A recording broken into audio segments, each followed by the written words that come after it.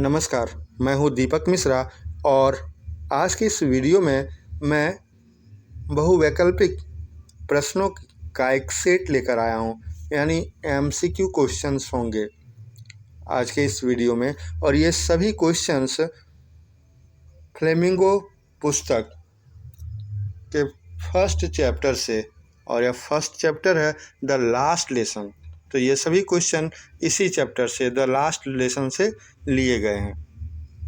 तो आइए शुरू करते हैं। पहला क्वेश्चन है, who is the author of the last lesson, यानी द लास्ट लेसन के लेखक कौन है। आपके सामने विकल्प हैं जैन ऑस्टेन, रविंद्रनाथ टैगोर, नन, कोई नहीं, अल्फोंस डॉडेट। तो आपने पढ़ा है, याद ही होगा कि इसके लेखक कौन है। कुछ सेकंड आपको मिल ही गया है, आप जानते हैं, तो अब तक आपने बना ही लिया होगा। नेक्स्ट क्वेश्चन, आगे की अगले क्वेश्चन की ओर बढ़ें, इससे पहले आंसर बता दूं। पहला का आंसर होगा option number D, Alphonse Daudet. ठीक है, अगर आपने यही चुना था तो आपका जवाब सही है। Alphonse Daudet was from which country, किस देश से थे यह लेखक। India, France, England, New Zealand. तो आंसर होगा B. What were the things being taken for granted by the people of ऑल्सेस, यानी ऑल्सेस के जो लोग थे उन लोगों ने किन चीज़ों को ग्रांटेड लिया था, यानी उसका मोल नहीं था उन लोगों के सामने, उपयोगिता नहीं समझा उन लोगों ने। तो teachers of the school, school के शिक्षकों का, टाइम एंड स्कूल, समय और स्कूल विद्यालय, पीपुल अराउंड जो चारों ओर के लोग थे, मनी एंड पावर पैसा और शक्ति। तो हम देखते हैं कि जो भी बच्चे थे वह फ्रेंच सीखने के मामले में टालने वाली प्रवृत्ति अपनाते थे। उन्हें लगता था कोई बात नहीं, कल पढ़ लूँगा, लेकिन टुमारो कभी आया नहीं। जो कुछ समय मिला उसका उन्होंने लोगों ने उपयोग नहीं किया, और एक समय ऐसा आ गया जब उन्हें लगा कि अब कल से तो वह यह सब पढ़ नहीं सकते हैं, फ्रेंच हटा ही दिया गया हो। तब वहाँ ऐसा लगता है कि इन लोगों ने टाइम और स्कूल को ग्रांटेड ले लिया था। तो ऑप्शन होगा 3 का B, time and school. What the last lesson symbolise, मतलब क्या प्रतीक है, किस चीज़ का प्रतीक है, क्या सिंबलाइज करता है यह चैप्टर। लॉस, यानी किसी चीज़ को खोने का भाव, हानि का। लॉस ऑफ फ्रीडम, स्वतंत्रता को खोने का। लॉस ऑफ लैंग्वेज, भाषा को खोने का। तो loss of language and freedom, भाषा और स्वतंत्रता दोनों को खोने का। तो हम यहाँ देखते हैं कि दोनों को खोने का है। वह अपनी भाषा को सीख नहीं सकते, कल से वह अपने भाषा को पढ़ेंगे नहीं, उनकी स्वतंत्रता छीन गई है। तो बस इसी को सिंबलाइज करता है। ऑप्शन होगा 4 का option D number. What does the last lesson signify, मतलब क्या दर्शाता है, क्या संकेत देता है यह लेसन। चेंज ऑफ पावर, यानी शक्ति में परिवर्तन, शक्ति का परिवर्तन। चेंज ऑफ गवर्नमेंट, सरकार का परिवर्तन। चेंज इन लाइफ, जीवन में परिवर्तन। या चेंज ऑफ टीचर्स, शिक्षकों का परिवर्तन। इस चैप्टर में हम क्या पाते हैं, देखते हैं कि अब जीवन में ही परिवर्तन होने वाला है, काफ़ी उथल पुथल होने वाला है। जो कुछ वहाँ की परिस्थितियाँ बन रही थी, तो जाहिर सी बात है कि यहाँ चेंज इन लाइफ, जीवन में ही परिवर्तन होना है हर कोई का, जो वहाँ के निवासी थे। तो सही और उपयुक्त आंसर होगा 5 का डी, 5 का C, change in life. Who was M Hamel, M Hamel कौन थे। स्पाई, जासूस, लैंग्वेज टीचर, भाषा शिक्षक, सोल्जर, सैनिक, स्कूल प्रिंसिपल। आप समझते ही हैं। तो जैसे ही हम चैप्टर की शुरुआत करते हैं, पढ़ना शुरू करते हैं, हमें कुछ ही लाइनों में, कुछ ही लाइनों के उपरांत पता चल जाता है कि वो जो हमारा मुख्य कैरेक्टर है, वह बच्चा जो स्कूल जा रहा है, वह डरता है तो एम हेमल से ही डरता है, क्योंकि वह पार्टिसिपल पर क्वेश्चन वो पूछने वाले थे। वह लैंग्वेज के टीचर थे, शिक्षक थे एम हेमल, जो फ्रेंच पढ़ाते थे। फ्रेंच यानी भाषा, फ्रेंच भाषा पढ़ाते थे, तो ये लैंग्वेज टीचर होगा। और आपने चैप्टर पढ़ा है तो अब तक आंसर आपने बना ही दिया होगा। तो इस हिसाब से क्वेश्चन नंबर 6 का आंसर होगा B, language teacher. Next question, from where did the order come to teach only German in the districts of Alsace and Lorraine? तो इन जो जगहों में केवल जर्मन पढ़ाया जाना है, वह कहाँ से आया था यह आदेश? बर्लिन से। Next question, what attitude of M Hamel surprised French? मतलब एम हेमल का कौन सा एटीट्यूड था जो फ्रेंच को सरप्राइज कर दिया, उससे वह सरप्राइज हो गया? सॉफ्ट एंड काइंड, मतलब एकदम मृदु और काइंड वाला भाव। Rude, firm and strict, none of these, ये होगा। Why was French reluctant to go to a school? मतलब वह क्यों जाने की इच्छा नहीं थी उसे, वह जाना नहीं चाह रहा था school. Wanted to enjoy warm sunlight, क्योंकि बाहर की जो धूप थी उसका आनंद लेना चाह रहा था। वांटेड टू सोल्जर्स ड्रिल, जो अभ्यास कर रहे थे सैनिक, उसे देखना चाहता था। वांटेड टू एंजॉय आउटडोर, बाहर का आनंद लेना चाह रहा था, बाहर के वातावरण का। या lesson on participle was not prepared, या फिर वह जो पार्ट था पार्टिसिपल्स के ऊपर, वह उसकी तैयारी नहीं थी, वह तैयार नहीं कर रखा था, उसे पढ़ा नहीं था। बिल्कुल डी नंबर ही होगा, क्योंकि उसने पढ़ा नहीं था। 11 number, what did French find on reaching the school? जब वह स्कूल पहुंचा तो वहाँ क्या पाया, वहाँ क्या स्थिति थी, नज़ारा क्या था, माहौल कैसा था? तो ए नंबर ऑप्शन है, पीपल वेर डांसिंग, नाच रहे थे। स्कूल वाज क्लोज्ड, स्कूल बंद था। पुलिस पेट्रोलिंग, पुलिस गश्ती कर रही थी। स्ट्रेंज क्वाइटनेस, अजीब सा शांति थी, अजीब सी शांति थी वहाँ, चुप्पी।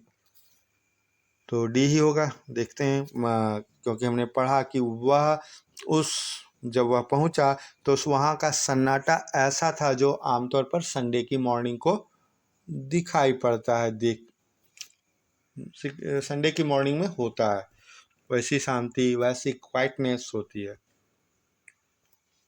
तो of course the answer of question number 11 is option number D. Who occupied the back benches in the class? तो जो क्लास के बैक बेंचेस थे, पीछे के बेंचेस थे, उन बेंचों को किसने ऑक्यूपाई कर रखा था, कौन उस पर बैठे हुए थे? वीक स्टूडेंट्स, जो कमज़ोर विद्यार्थी थे वे लोग, शिक्षक, मॉनिटर ऑफ द क्लास, या फिर विलेज एल्डर्स? तो गाँव के बुजुर्ग लोग ही बैठे हुए थे, हमने पढ़ा था उसमें। तो 12 का होगा D. Why was French surprised? और क्यों सरप्राइज था? I think same question repeated, कोई बात नहीं, थोड़ा सा अंतर है। बिकॉज ऑफ विलेज एल्डर्स वहाँ पहुँचे थे इसलिए वो सरप्राइज था। बिकॉज ऑफ पुलिस पेट्रोलिंग उसके लिए था।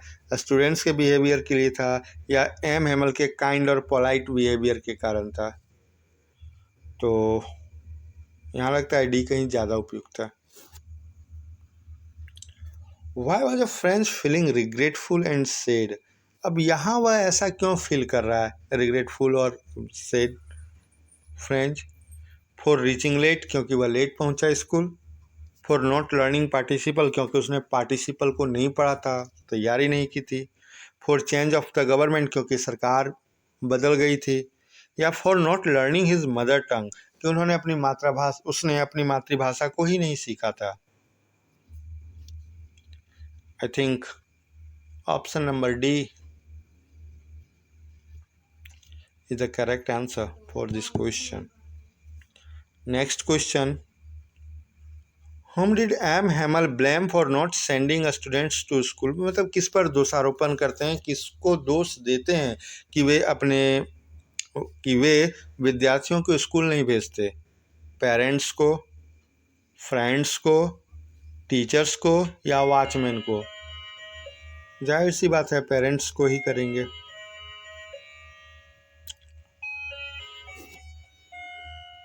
What did Hauser bring? तो हम देखते हैं कि वह एक, पहले ऑप्शन देख लें, तब तक अगर आप जानते हैं तो आप टिक लगा लें, आंसर लिख लें, फिर देखें कि आपका आंसर सही है या नहीं है। तो आगे बढ़ते हैं। ऑप्शन स्वीट्स, मिठाइयाँ, चिल्ड्रन, बच्चे, फ्रेंड्स, दोस्त या ओल्ड प्राइमर? तो डी नंबर होगा, हमने देखा ही था, ओल्ड प्राइमर था, साफ स्पष्ट लिखा हुआ है टेक्स्ट बुक में, ओल्ड प्राइमर। क्वेश्चन नंबर 16 का आंसर होगा डी।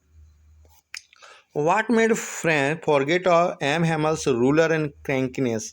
मतलब उनका जो सनकीपन था, वो कितने कठोर थे और हमेशा रूलर लेके चलते थे, रूलर का जो दहशत था, भय था, वो सब फ्रेंच किस कारण भूल जाता है? आखिर क्या कारण थे कि वह इन सब चीज़ों को भूल जाता है?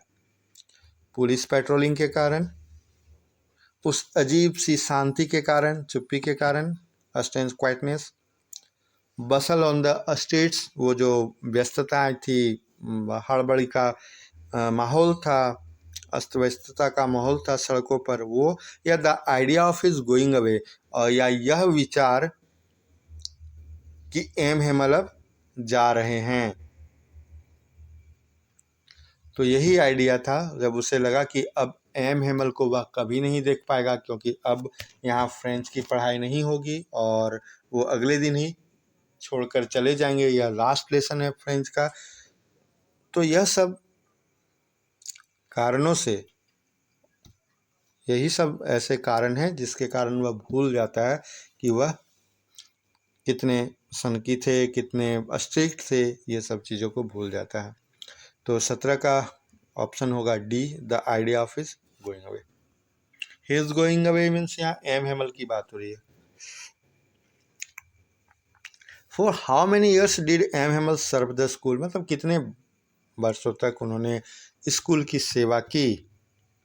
20 years, 35 years, 30 years and the last option is 40 years.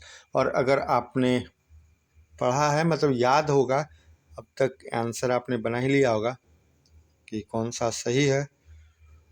तो सही है डी नंबर, यानी 40 years. Where did the parents send their children?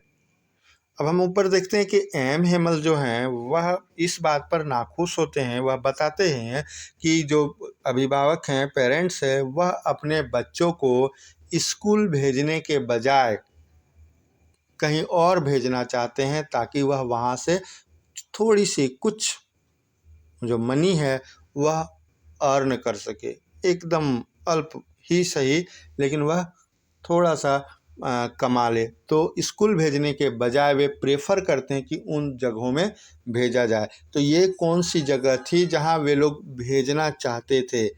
School तो नहीं, स्कूल के बजाय स्कूल की बात हो रही है, क्योंकि वो नाखुश थे कि स्कूल ही नहीं भेजे जाते हैं बच्चे। तो एक नंबर तो ऑप्शन होगा ही नहीं। सेकंड में कोचिंग, यह भी नहीं है। डी में मूवीज भी ऑप्शन नहीं होगा। तो सी में होगा फार्म्स एंड मिल्स, यानी फार्म्स और मिल्स में अभिभावक अपने बच्चे को भेजते हैं ताकि उन्हें कुछ फ़ायदा हो, कुछ आमदनी हो, और वे यही कारण है कि वे लोग स्कूल नहीं भेजते। What was there in front of the bulletin board? हमने पढ़ा भी है कि बुलेटिन बोर्ड के सामने, ठीक सामने काफ़ी भीड़ थी, एकदम हसल बसल वाली स्थिति थी। तो आखिर क्या था बुलेटिन बोर्ड के सामने? अब यही बताने में मैंने उत्तर भी बता दिया, खैर कोई बात नहीं, आप लिख ही लें। तो पहला ऑप्शन है चिल्ड्रेन, जो कि होगा नहीं। दूसरा है पुलिस, ये भी नहीं होगा। तीसरा हॉकर्स, नहीं। और मैंने भीड़ कह दी, तो जब भीड़ के बारे में कहा तो इसका मतलब होगा कि क्राउड ही है। आंसर डी, ऑलरेडी बता चुका था आंसर, फिर भी कोई बात नहीं। तो 21 का आंसर डी होगा। What does the expression in great dread of scolding mean? अब वहाँ इसका मतलब क्या हुआ? To be happy about it, मतलब काफ़ी खुश था इस बात पर। Very badly scared of scolding, काफ़ी डरा हुआ था डांट खाने के डर से। टू बी इंडिफरेंट, मतलब कुछ अलग। नन ऑफ दीज, या इनमें से कोई नहीं। तो हम देख रहे थे कि वह काफ़ी डरा हुआ था, क्योंकि उसने पार्टिसिपल्स पर जो कुछ होमवर्क मिला था उसे उसने पूरा किया नहीं था, और उसे एम हैमल से काफ़ी डर लग रहा था कि वह कैसे क्लास के अंदर जाए। यही कारण था कि बाहर की जो भी गतिविधियां थी वो उसे आकर्षित कर रही थी,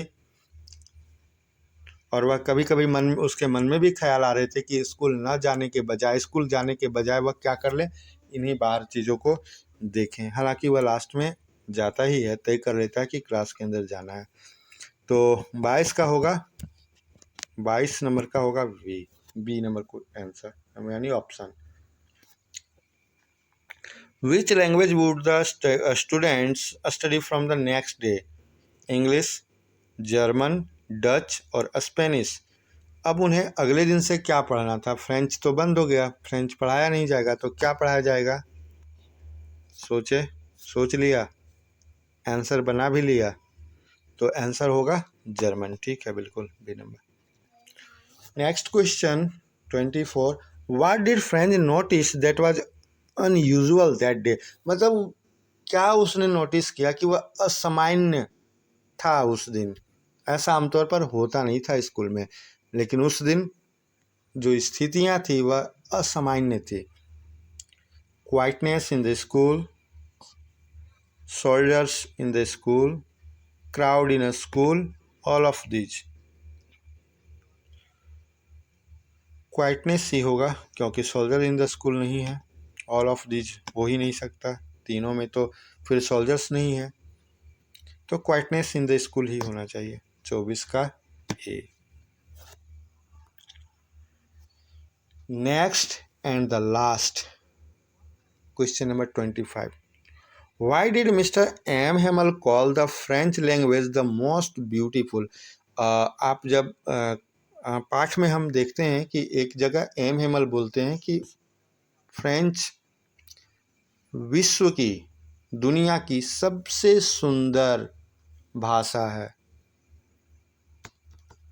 और ऐसा इसलिए है क्योंकि यह भाषा स्पष्ट और तार्किक है, या फिर उनकी नेटिव लैंग्वेज है, या because people were from France, क्योंकि वे लोग फ्रांस से हैं इसलिए, या नन ऑफ दीज, इन लोगों में कुछ नहीं। तो यही होगा, क्योंकि यह सबसे स्पष्ट और तार्किक है। The clearest and logical. तो यह था एमसीक्यूज पर आधारित वीडियो। हालांकि मैंने सोचा है कि कुछ स्कूलों में यानी कहीं की तैयारी की जा रही है कि इस एमसीक्यू क्वेश्चंस के आधार पर ही परीक्षाएं होंगी, यानी इस बार जो कुछ परीक्षाएं होनी हैं उसमें इस तरह के क्वेश्चन को शामिल किया जा सकता है। तो इन चीज़ों को ध्यान में रखते हुए इस वीडियो को तैयार किया है, और मैंने जो प्लान किया है अपनी योजना के अनुसार कि जितने भी चैप्टर हैं उन सभी का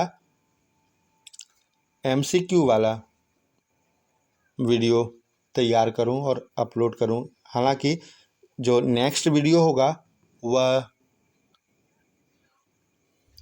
शॉर्ट एंड लॉन्ग टाइप का जो क्वेश्चन आंसर होता है वैसा ही होगा जो सामान्य में अपलोड किया करता हूँ। उसके बाद का जो वीडियो होगा उसमें मैं फिर से सेकेंड चैप्टर का MCQ वाला वीडियो अपलोड करूँगा। तो आज बस यही उम्मीद करता हूँ कि यह वीडियो आपके लिए लाभदायक हो और आपको इससे कुछ लाभ मिला हो, समझ पाए हों। वीडियो देखने के लिए बहुत बहुत धन्यवाद।